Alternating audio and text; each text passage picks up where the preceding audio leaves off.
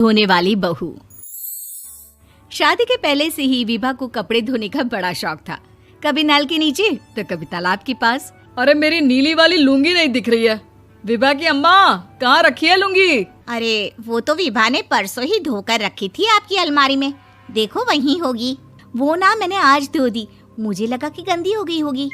अरे कैसे गंदी हो गई थी? उसे तो मैंने पहना भी नहीं। हे भगवान, इस लड़की के कपड़े धोने की आदत से परेशान हो गया हूँ मैं। जितना तो घर में राशन नहीं आता, उससे कहीं ज्यादा डिटर्जेंट पाउडर का खर्चा है।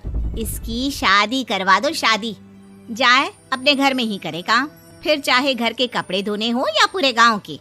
हाँ ठीक बोल रही हो, देखता हूँ मैं कोई लड़का। वो दिन भी आ जाता है जब विभा को देखने लड़के वाले आ जाते हैं। लड़की मुझे अच्छी लगी। होने वाली सास कहती है, बेटी अगर कुछ पूछना है तो पूछ लो। वैसे तो हमारी लड़की बहुत ही शर्मीली है, जो बोल दो वो मान लेती है, इसे क्या पूछना होगा। अरे कैसी बात कर रही हो माँ, मुझे इन लोगों के घर रहना है, सवाल तो कई है। हाँ हाँ बेटा, पूछ लो ना, क्या पूछना है। आप लोगों के घर कपड़े कौन धोता है? सास का मुंह बन जाता है। देखो, अगर तुम ये कहना चाहती हो कि तुम्हें कपड़े धोने नहीं आते तो सुन लो, कपड़े मैं ही धोती हूँ, लेकिन तुम्हारे आ जाने के बाद मैं रुमाल तक नहीं धोऊंगी। अरे चुप रहना भाग्यवान, बहू बेचारी घर आई नहीं, उसे डराना शुरू कर दिया। वो क्या है ना बिटिया, अभी तक तो ये कल्लू की माँ ही धोती थी, लेकिन अब तुम्हारे पापा तो दहेज में वॉशिंग मशीन देंगे ही। तभी विभा की माँ बोल पड़ती है, सवाल भी पूछा तो क्या। वैसे भाई साहब, मशीन की तो फिर भी कपड़े धोने की कैपेसिटी होती है, मतलब जो बिटिया दे रहे हैं ना विभा, इसे कपड़े धोने का बहुत शौक है। ये आप लोगों के क्या, आस पड़ोस गांव मोहल्ले सबके कपड़े धो दे और उफ तक ना करे। बाहर देखा नहीं आपने कितने कपड़े सूख रहे हैं, सब हमारी बिटिया ने ही तो धोए हैं। बस भी करो ना माँ, शर्म आ रही इतनी तारीफ सुनकर। और तो और एक दाग निकाल कर दिखाओ तो मान जाओ। हाँ अच्छा अच्छा, माफ करना बेटा, मैंने गलत समझा।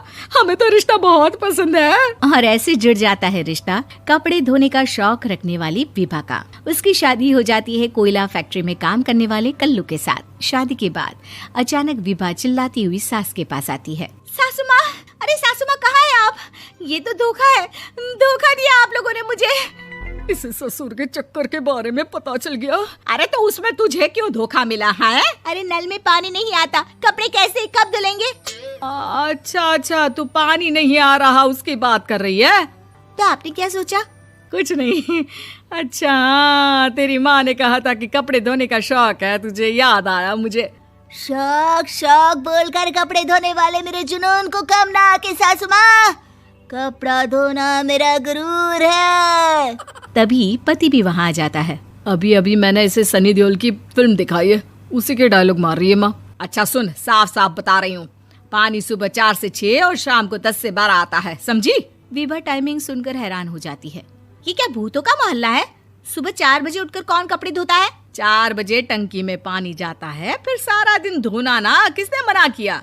अरे कैसी बात कर रही हैं? 200 लीटर की टंकी में कितने कपड़े धो लूंगी मैं, सुबह ही उठ जाऊंगी मैं। अब क्या था, विभा सुबह 4 से लेकर रात के 12 बजे तक कपड़े ही धोती रहती। एक रोज सास पड़ोस से निकलकर कहीं जा रही होती है कि साथ वाली कहती है, हाँ कल्लू की माँ, जरा ये बताओ कि 2 साड़ी है, 2 ब्लाउज और एक पेटीकोट और एक नाड़े वाला लंबा कच्छा। हाँ तो? अरे तो क्या, कितना लोगी धुलाई ये बताओ। धोबन दिख रहे हैं हम क्या? हमारे पति सरकारी नौकरी से अभी अभी रिटायर हुए हैं और बेटा सुपरवाइजर है कोयला फैक्ट्री में। धोबन समझ रखा है हमें। हाय रे कल्लू की अम्मा, माफ कर दो, वो तो मोहल्ले में यही सब बता रहे थे कि तुमने बहू को कपड़ा धुलवाने के काम में लगा दिया है। सास को पड़ोसन की बात सुनकर गुस्सा आ जाता है। वो घर पहुंचती है जहां घर के बाहर ही इतने सारे कपड़े सूख रहे होते हैं जितने कि किसी धोबन के घर पर। अरे ओ कल्लू की दुल्हन, बाहर निकल। माँ जी यहीं आ जाओ, बाथरूम में चादर धो रहे हैं हम। अरे अभी हम धोते हैं, तुमको बाहर निकलो। ये आस पड़ोस वाले बोल रहे हैं कि हम बहू से कपड़े धुलवा कर उसे कपड़ा धोने वाली बना दिए हैं। अरे छोड़ो ना माँ जी, किन लोगों की बातों में आती हो? आस पास के लोगों का तो काम ही होता है कि वो किसी तरह सास बहू को लड़ा दे। बहू सारे घर के कपड़े धोती है, ये क्या कम है? बोलिए। सास को भी लग जाता है कि वो बहू का ये सनकीपन नहीं छुड़वा सकती, इससे अच्छा है कि खुद ही चुप हो जाए।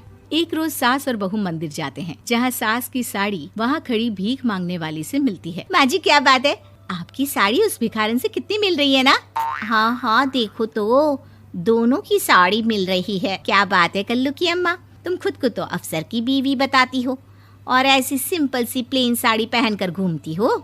सिंपल और प्लेन नहीं है ये साड़ी। तो क्या सोने के धागे से फूल बने हैं? कुछ भी सासू माँ, कुछ भी। हाँ बने थे इस साड़ी में सोने के धागे से फूल। मेरे पति लेकर आए थे मद्रास से स्पेशली मेरे लिए 10,000 की। ताहे भाई साहब इस भिखारन के लिए भी सेम टू सेम साड़ी लेकर आए होंगे 10,000 की। सास उस वक्त तो कुछ नहीं कहती, लेकिन बहू के साथ घर आती है और अलमारी से एल्बम निकाल कर लाती है। ये साड़ी देख रही है, ये वही साड़ी है जिसे मैंने अभी पहना था। इस साड़ी में ये जो चमकदार फूल दिख रहे हैं ना, ये सोने के धागों से काढ़े गए हैं। लेकिन तू लोकल वॉशिंग मशीन ब्रश से घिस घिस कर सारे फूलों को निकाल कर साड़ी प्लेन कर दी। मुझे माफ कर दीजिए सासू माँ। और तो और, जब मैंने तुझे तेरी गलती के लिए कुछ नहीं कहा, लेकिन तूने तो सबके सामने मेरा मजाक ही बना दिया। क्यों? बहू को समझ में आ जाता है कि अब से उसका कपड़े धोना बंद।